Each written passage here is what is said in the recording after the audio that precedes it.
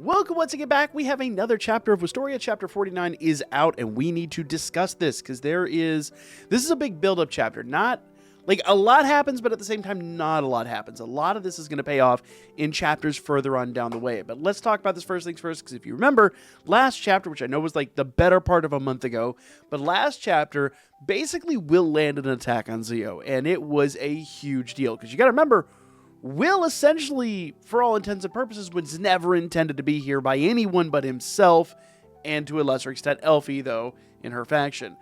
Zio, on the other hand, when he saw the power that Will had, was like, I want that, and he's literally honing Will into, like, the perfect weapon. Now, just me personally, at first, we all wanted, like, Will to be part of the Ice faction. There was no question about that. But I have to ponder, I have to ask for myself, is this not for the better?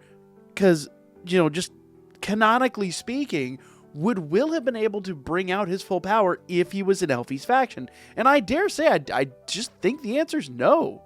I honestly don't think that he would have. But Zio's like, I'm a man of my word, so listen up and listen good. And he just goes on and on about, the Goisha are after, like, the Heaven's Ball, which is essentially like this gate or this key, more or less, that could drop the whole barrier. Like, it's like the one thing. Like, up till now they've been talking about taking out the Magia, but the Magia don't even necessarily, they're not even like the big thing. Like, there's the one key, more or less, for lack of a better way to put it, that can drop the whole barrier and just cause all kinds of chaos without them having to, 1v1 each of the Magia, which would be, just a crazy, crazy undertaking. And obviously, like, no one's heard of this before. Like, Will's like, what are you talking about there, dude? And, they talk about here a little bit, like, they know now what the Goisha's after, and then you get even a little bit more than that here in a moment. But, like, Zio now knows, and, more people, as you'll find out here, are coming to the realization of what's actually going on and how few people you can actually trust coming up in all these factions. And Zio here says, he's like, we're going to be taking you guys on an expedition. And Will's like, are you serious? Is this a good idea? Like, we now know everything's under attack. And Zio just literally shuts it down. You can see he's like, please, great mage Zio, and then wham, this lightning strike comes through. And he's like, listen, if the rest of them can't handle things while we're gone, we were doomed to start with. There's nothing much more that can be done. At the end of the day, this is what we need to do for our purposes. This will make all of us stronger, and henceforth, make the tower stronger. So, guess what? We're leaving it in their capable hands. They'll be able to take care of things in our stead. So here we actually get some more about the Goisha. And they're over here like, doing, those meddling brats, get you next time, Gadget. Team Rocket. I mean, it's just like the usual, like, evil. We threw the mug of shame. Rah!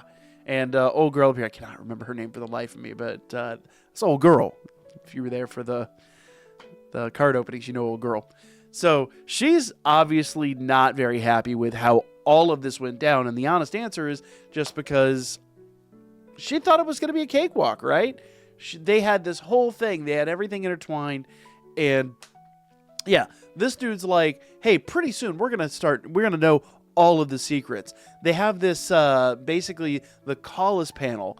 He's like, this is like this thing in the tower that essentially holds all of the secrets to everything. You get a little bit more of an explanation, but you don't get a full explanation of what this is. But basically, this is something like, I guess, Mercedes set up that more or less, it almost looks like a supercomputer held by magical tomes. It's weird.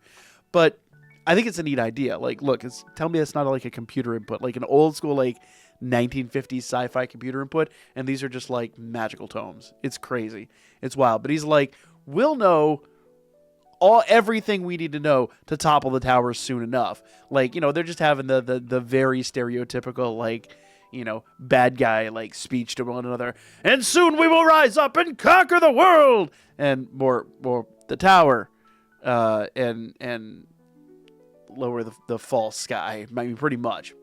So, these two dudes, which initially were incredibly sus, are just kind of over here, like, basically discussing what's going on. And they pass this guy, And we don't know who he is. We just know, he's Tony, I guess.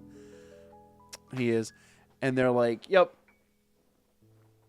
They kind of like take him out here. And he's just like, this dude's like, I can smell the flowers on you. Like, I can smell your betrayal, basically. Remember, we found out a couple chapters ago that those flowers, they're basically how the Goisha are able to take control of people in the tower. So one by one, you're going to start seeing people show themselves and people will fall. And this dude's like, yeah, he's like, your days of scheming are behind you. GG, sir, but we know your trick now. And even he comes to the realization that they're probably after this terminal. He's like, the Cautless panel is like nigh in danger, right? They want this. They don't necessarily care about the Magia now, as it turns out. Like, obviously the Magia were kind of like a means to an end, but now they have a bigger, better target, more or less. And they're like, dude's like, I have a plan. And he's like, can't we just, like, the things we've been working on in the background, just unleash those? It's like, no, they're not ready yet. The usual mad scientist stuff. It is not ready to be unleashed on the world, but soon! Like, this dude is... Let's not forget that this is an unsavory guy, right? He's the one who literally wanted to vivisect Will. So, like, I am not quite ready to, like, let this dude go yet. He is... He might, for the moment, be, like, on the side of good, but ultimately, he's just... not the greatest dude ever. All right, let's just call let's call a square a square. Right? This is crazy.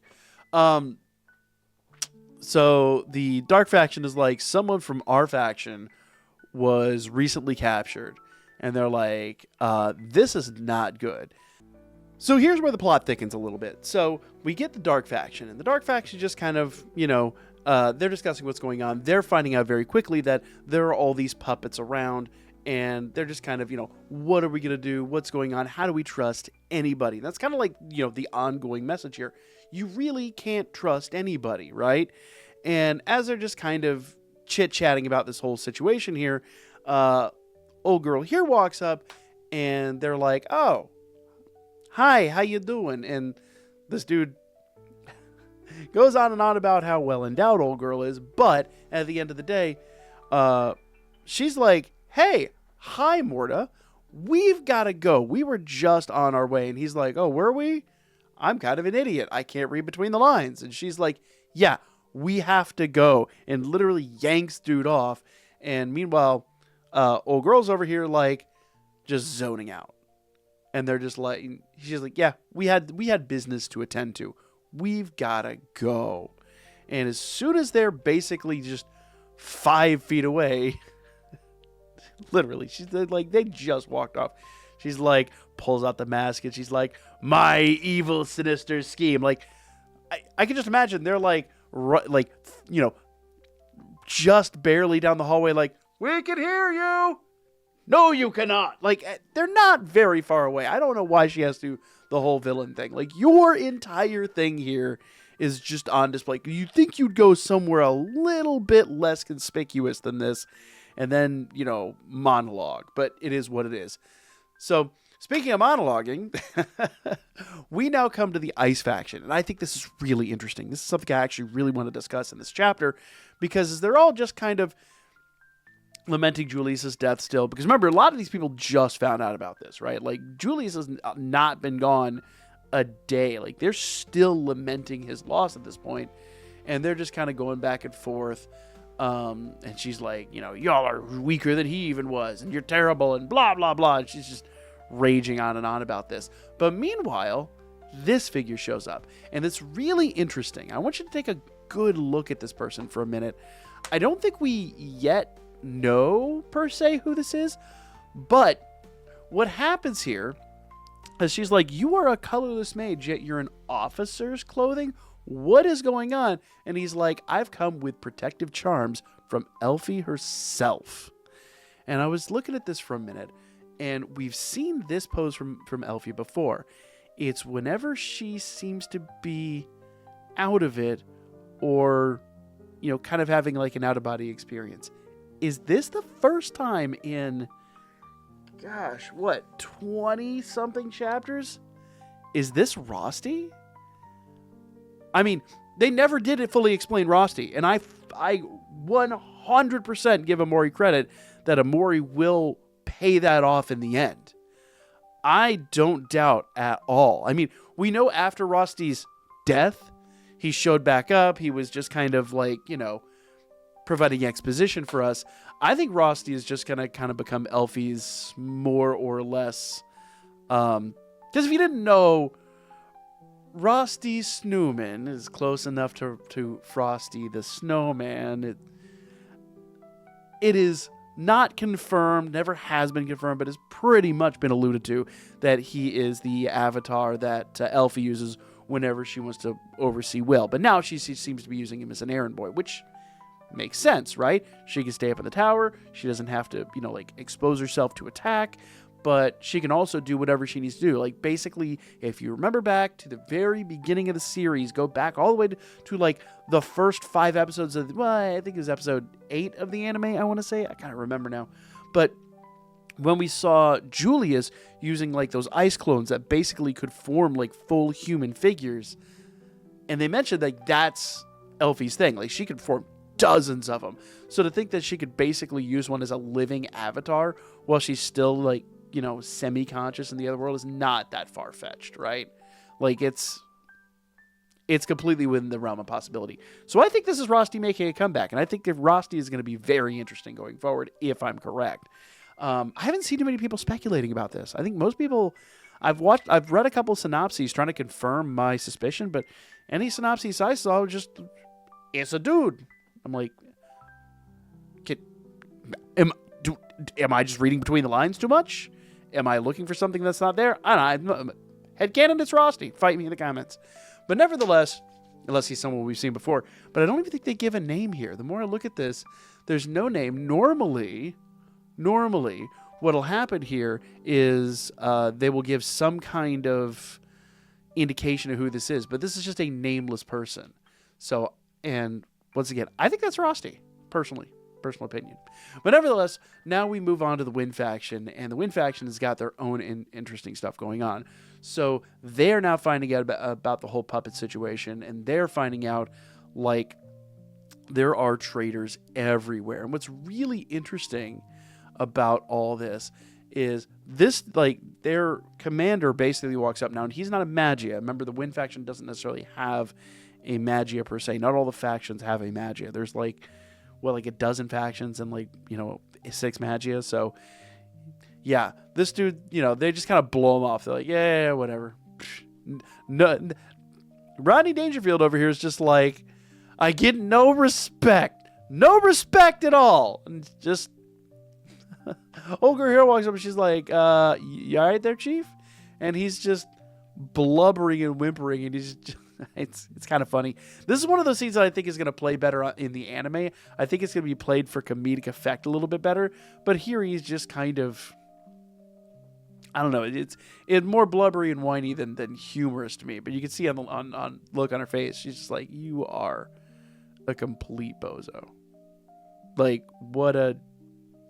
is why you're not a Magia. 100%. See, with that attitude, you will never be the illustrious leader that they so crave. And yeah. Now, what's interesting, a lot is alluded to here. Now, pay close attention. While all that was kind of implied to be kind of comedic in effect, you can see he's still got tears in his eyes. But this face right here kind of implies that, your hand's getting cut off by it, but this face here kind of implies that something else is going on. And her whole expression changes. So go from here, notice that she kind of gets that blank stare there, but this is a little bit more of a sinister stare. Something else is going on. They're talking about this candy that he's searching after. So I think old girl is basically, I don't know, roofied this guy? I don't know, hard to tell. But yeah.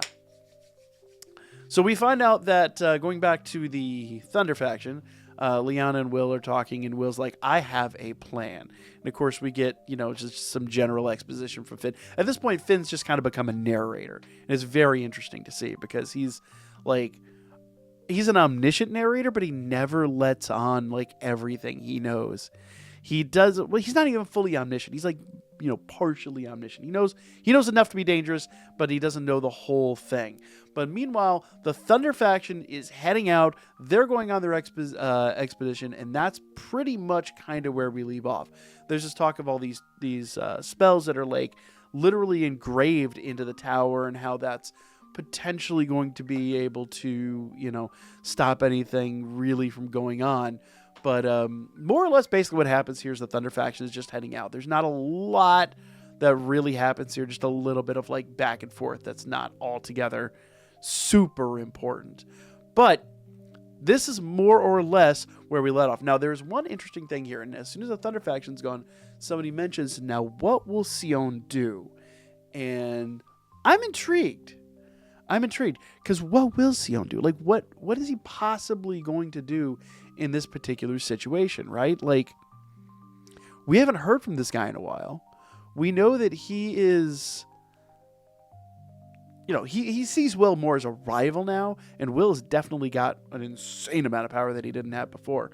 So it's going to be really interesting. But nevertheless, that is chapter 49, guys. We are coming up on chapter 50. Unfortunately, we are now month to month, and I was a couple days late on this. I usually check for these on the 8th, and this actually came out on the 6th. So we will talk about chapter 50 next month. 50 chapters of this, guys. 50 chapters. Season 2 is confirmed. We don't have any dates for that yet, but as soon as we do, as soon as we have trailers and all this stuff, I will let you guys know. I don't know about y'all. I am stoked to see where this is going, but it'll be interesting because, I dare say they're going to have, because they already even mentioned it earlier in the chapter. I think I glossed over it, but they're going all the way down to level 50 now. They're going to go deeper than the Light faction has even gone. Like, they are basically going, Zio wants a record on this bad boy. So it'll be really interesting to see how that plays out. So I can kind of gloss over that. But, well, like I said, a lot of setup here. It's one of those chapters where a lot of stuff happens, but also nothing happens at the same time. It's crazy. But anyway, like, comment, share. I'll see you guys again real soon for more Wistoria.